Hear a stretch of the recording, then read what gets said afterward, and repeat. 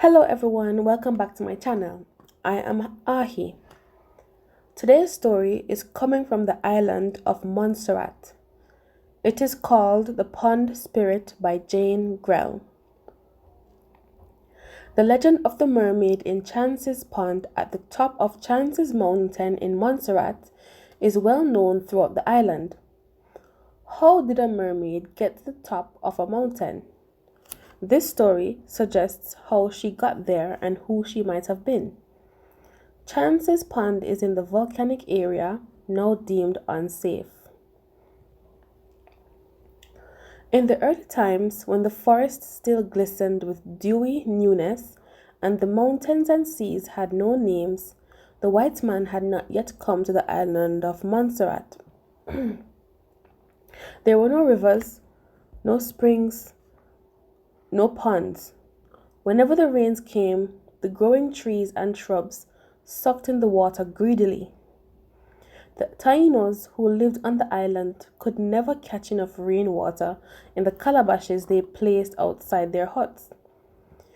There was always a shortage of water until the time of the pond spirit. The Tainos lived happily in a little village by the sea, but only until the shadows of fierce Kalinago warriors leaped from canoes darkened the shore. Full-blooded war cries crackled throughout the air as the painted Kalinagos pounced on the defenseless Tainos, quickly overpowering them.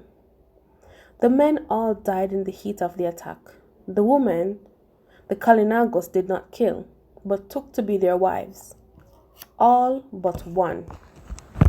She was Mayaro, the most beautiful of the Taino maidens, and also the fleetest of foot. The women of the tribe had called her the Strange One, for she wished to do nothing but roam in the forest. The trees, the birds, and all the forest creatures were her friends. When the Kalinago warriors swarmed around her village, Mayaro fled and vanished into the bush. But she did not escape unseen. Tumang, the sturdy son of the Kalinago chief, had glimpsed her. Her beauty stunned him. When she turned to run, her black hair fanned out and fell past the top of her skirt. His first impulse was to give chase, but he stopped himself.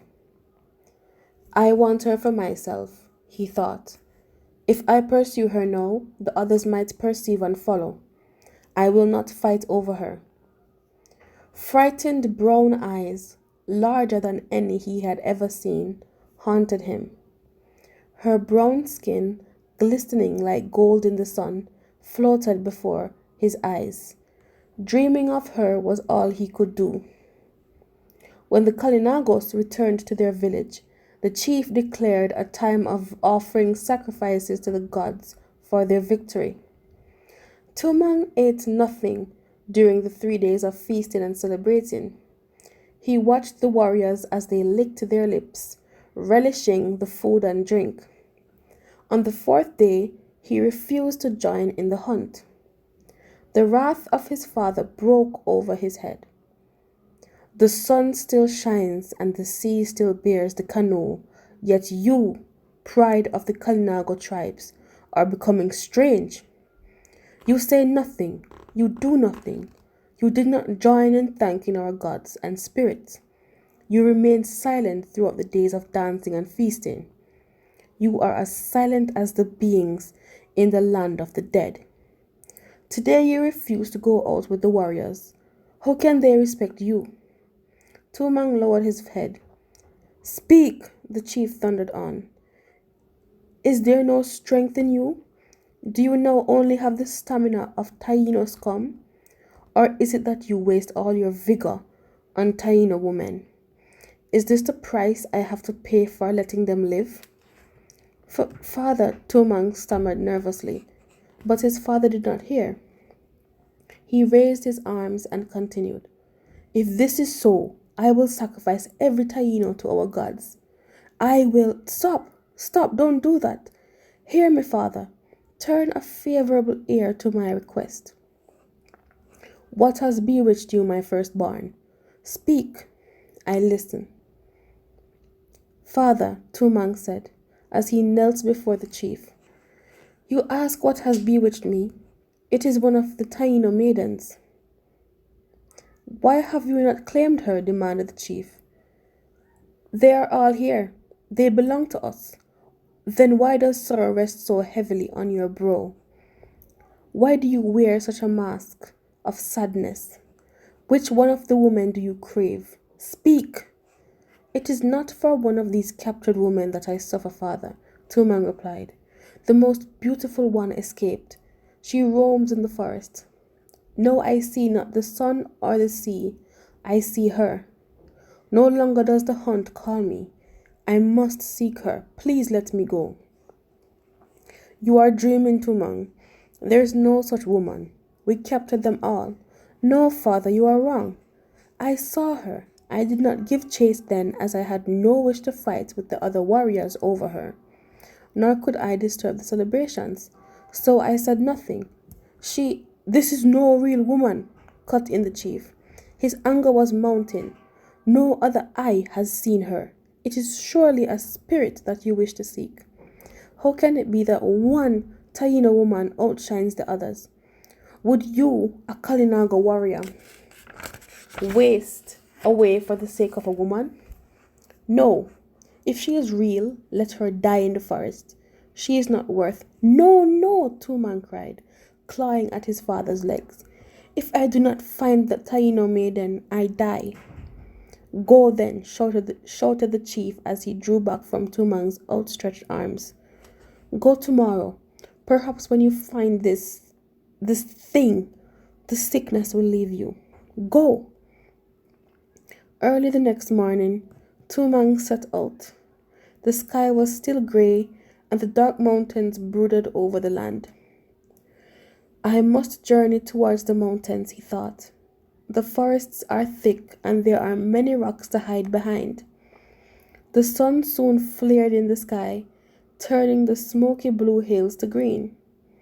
When he reached the forest, Tumang glided through the trees, moving as silently as mist. He heard only the sounds of the birds singing and the lizards scuttling along the ground. He skulked on and on, peering this way and that. There was neither sight nor sound of her. At last he grew tired and dropped down on a rock in the shade of a giant silk cotton tree. Meanwhile, not far away, behind a wall of giant ferns, Mayaro slept. The long tentacles of the fern fronds that clutched the overhanging tree branches screened her from view. The sun, now high in the sky, penetrated the thicket and awakened her. At once she noticed the dense silence. The forest seemed to be holding its breath. It was telling her something. Not a leaf stirred in the trees. The birds had stopped singing. Something was wrong. She knew. Mayaro moved cautiously, making no sound of her own to disturb the silence. She peeped through a giant fern and saw Tumang sitting on the rock. A Kalinago, one of the evil tribe. As she looked at his painted body, she heard again the war cries of that evil day of the Kalinago attack. She shuddered. He is looking for me, she thought. I must run. And Mayaro, silent as a shadow, slipped out of her hiding place and fled. Slowly from the branch of the silk cotton tree, a snake uncoiled. It curled like a black lasso. Up it coiled again, stretched down, and with a mighty swing, lashed across Tumang's back. Tumang sprang up. It was then that he noticed Mayaro, her black hair raining behind her. The blow on his back now forgotten, he ran towards her. At the same time, Mayaro glanced back and saw him. Her heart pounded. She darted behind a rock and quickly changed direction. Climbing higher and higher, she was nearing the top of the mountain. On and on she struggled until she felt she could run no more, not even for one heartbeat longer. Throwing herself to the ground, she cried, God of the wind, God of the mountain, hear me, please hear me. Do what you will, do anything, but do not let the Kalinago take me. My strength is spent. All was still. Even the wind silently listened. Suddenly, a hollow booming voice rumbled from the depths of the mountain.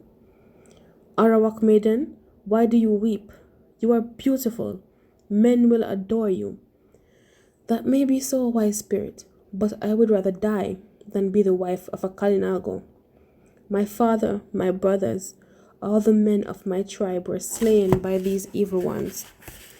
Our women are now their slaves.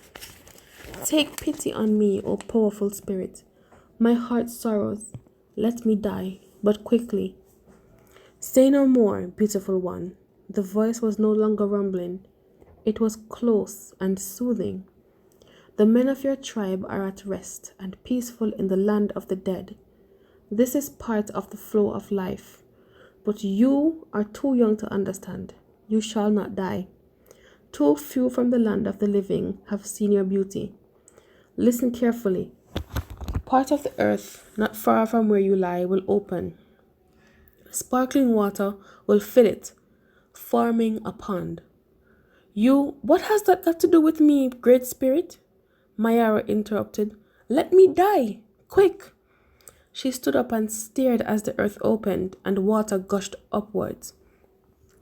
Wait, impatient Mayaro. Hear me out. The voice was now stern. From now on, you will be half fish, half woman. You are now the spirit of the pond. Go into it. Its waters shall be the source of all groundwater on this island. Men will yearn to see you and will come to this pond to pay homage to you, beautiful Mayaro. They will do this each year at an appointed time until the donkey is no longer the beast of burden and the glow of the firefly is seen no more. Pond spirit, dwell here. May your waters flow in diverse places. When the voice stopped, Mayaro looked down at her body. Silvery scales, each one in the shape of an arc, covered her lower half. From her waist, it tapered away to a magnificent tail. The sun was at its brightest, and the scales gleamed like mirrors of rainbows. Obeying the Great Spirit, Mayaro was about to slither into the water when she sensed someone watching her. The Kalinago. Quickly, she dived. Tuman gazed into the pond. He saw a fishtail flash in the water, then black hair trailing beneath the surface. You have eluded me, beautiful Taino, whispered Tumang. O waters, receive me. I cannot live without her. He tried to jump in, but some strange power held him motionless.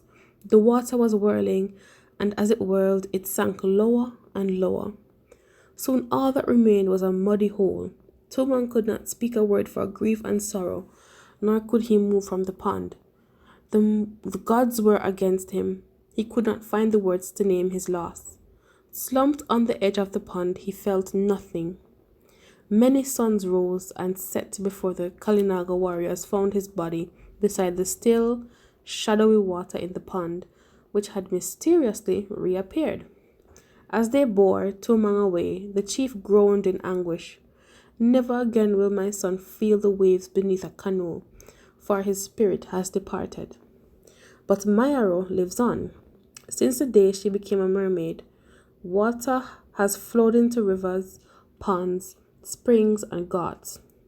And when the island was not so young anymore, and things were given names, the home of the pond spirit was called Chance's Pond.